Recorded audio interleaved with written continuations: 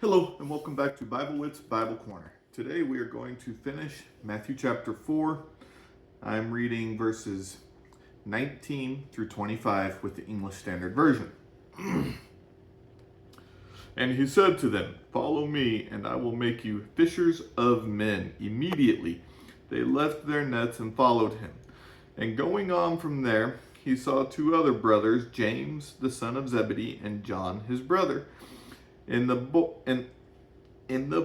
with Zebedee their father, mending their nets, and he called them. Immediately they left the boat and their father and followed him.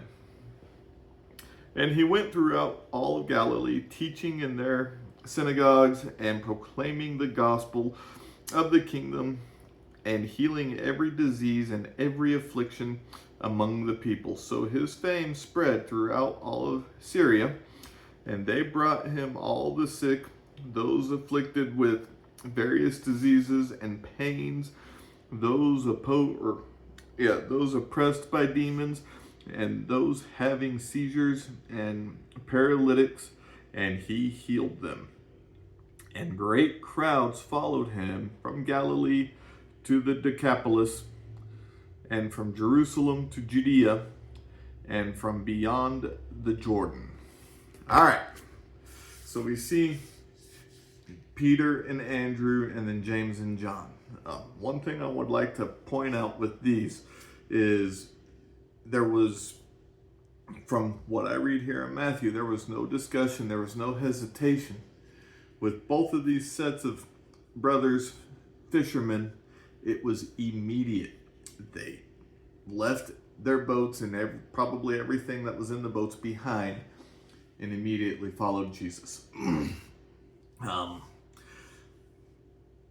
The reason I bring that up is because there's some speculation that there was a little bit of a conversation, a little bit of a discussion. We don't know if there was any kind of a conversation other than right here where it says immediately they left. If there was a conversation, it probably happened as they were walking down the road following Jesus. So then he goes and he starts to preach and heal, and large crowds start to follow him. So he's gaining a little bit of notoriety, I guess you could say. People are seeing something that hasn't been seen in, if I remember right, close to 400 years. From the time of Jesus' first miracle to 400 years prior, when the prophets were still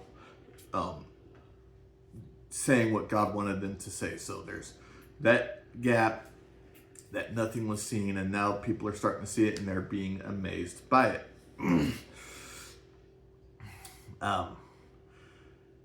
With this, the one thing that I want to take from this is going back to the two sets of brothers immediately following Jesus. If Jesus was to come back, or if Jesus was to come to earth today, not necessarily come back, because when he comes back, this world is coming to an end. But if Jesus was to come to this earth today instead of 2,000 years ago, how many of us would immediately stop what we're doing and follow him? Or how many of us would think he's just some crazy person that's spouting off about nothing? So leave him alone, let him go on his goofy way.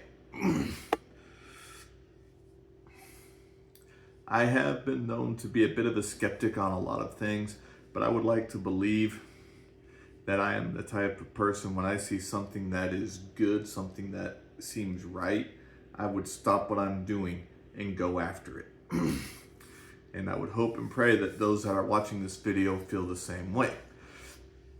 Now, again, there's those that are a little bit skeptical. That's okay. Skepticism happens. And even Peter was skeptical, as we see later in the Gospels. He says, "Surely, Lord, this will not happen to you." And Jesus rebukes him.